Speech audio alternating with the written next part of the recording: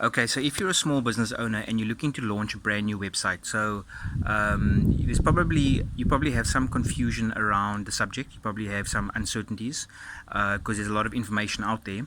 And so what I want to do is I want to clarify that for you, because a lot of clients who come our way, that's the first thing they'll ask about. How does it all fit together?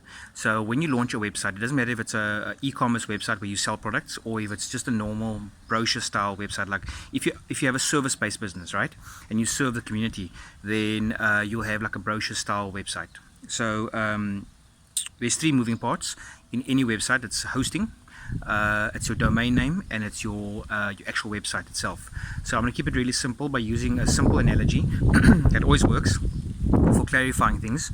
So imagine you want to build a new property, a new house. There's three core things that you need, right? You need a plot, that's the space upon which to build your house. You need an address, that's how people find you physically. And then thirdly, you need the actual construction of the building, right, of the property, of the house. Those are three core moving parts that you need in place, right?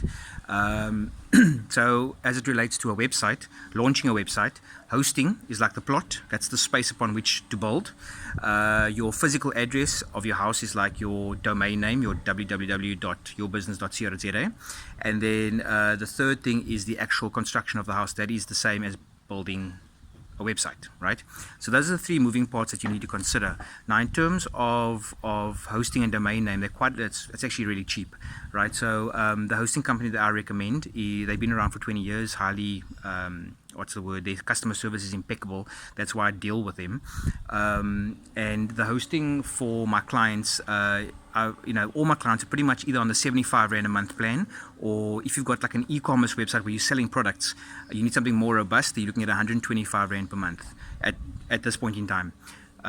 So then also with regards to the domain name, your address, that is only going to be about under 100 Rand per year. That's an annual fee.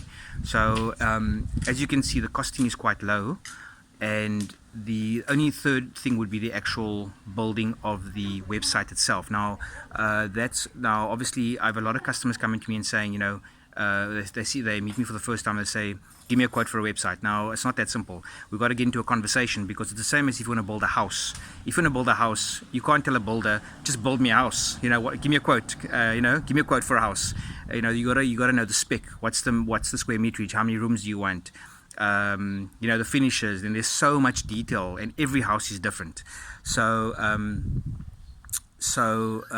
that's the same kind of analogy again. So that's why I always get into a conversation with my customers, or should I say potential customers, and then we chat in detail for a while, normally through WhatsApp. That's probably the best medium for most people, because everybody's already there, and it's an easy way of communicating and conversating. And then after that, I give you a quote, and that's a once-off fee for the actual building of the website.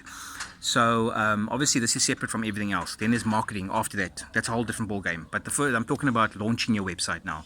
So I just want to clarify that for you. There's a lot of people that ask me the same question over and over, and so I'm going to use this as a reference, obviously, to send people to, just to clarify things. That's it. So there's hosting, domain name, and your website itself.